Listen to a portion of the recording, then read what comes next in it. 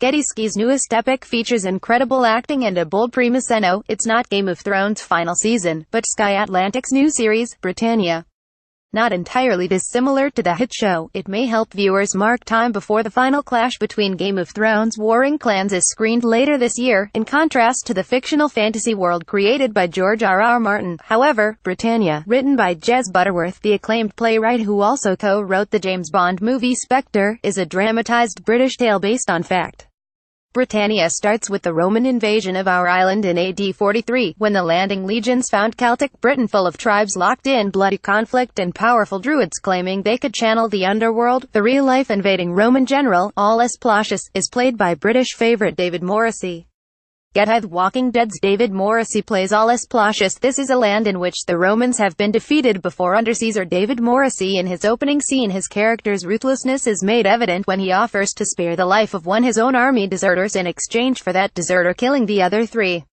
But Aulus is not just an evil manipulator, he's a thinking man who realizes that to subdue these strange, uncivilized Britons, he must try to understand them. He's a Roman general, a ruthless guy, but he's also searching for something else, explains David. 53. This is a land in which the Romans have been defeated before under Caesar, where they've turned tail and gone on back to Rome, which happened under Julius Caesar in 55 BC. So he's out to prove himself in that respect, but also, he's there on a personal, spiritual journey, to find out what he can about the Druid philosophy and belief system. He's a man on a mission. In Britannia, Aulus finds that the feuding Regna and Canti tribes have been shedding each other's blood for as long as anyone can remember, in an echo of Shakespeare's Montagues and Capulets.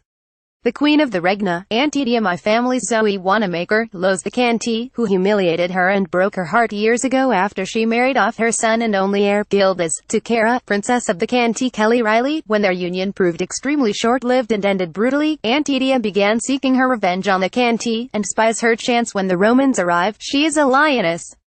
She's a tiger. She is powerful, explains Zoe, 68, of Antidia. She's a warrior queen, of which there were a few in that era. There was another warrior queen in a tribe up by Norfolk or Suffolk, so I based the performance on a lot of that information, as little as there is. Getty's Wanamaker plays strong Queen Antidine, in a wild blonde wig and with intricate face paint and eye-catching outfits. Zoe certainly looks fearsome and imposing, meeting with the makeup designer, the costume designer, and creating her hair and the tribal tattoos, just seeing them create the look of Antidia. All that just came together, says Zoe. Meanwhile, the pawn in that now-defunct marriage, Princess Cara, is furious with her father, Pellinor, king of the Canti in McDermott, for the way he used her. She is not a woman to take a slight against her lightly. Getty. Kelly Riley's Princess Cara is a woman unwilling to be used in the contrary. She's far likelier to go on the offensive, and Cara is a skilled warrior whose arrows never miss their target. She's quite a bold figure to play, explains Kelly. 40. Cara's tough. She builds this sort of fortress around her, and she's also physically able.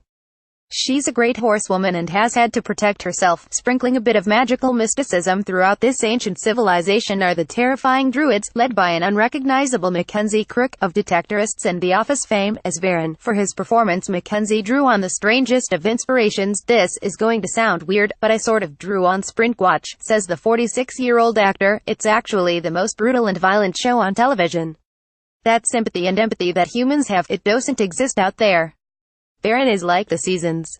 There's no room for sentiment, sympathy or empathy. That sums up the ethos of Britannia. And while it might not have dragons, it has enough sex and savagery to fill a Game of Thrones-sized gap in the TV schedules. Britannia airs Thursday 18th at p.m. on Sky Atlantic.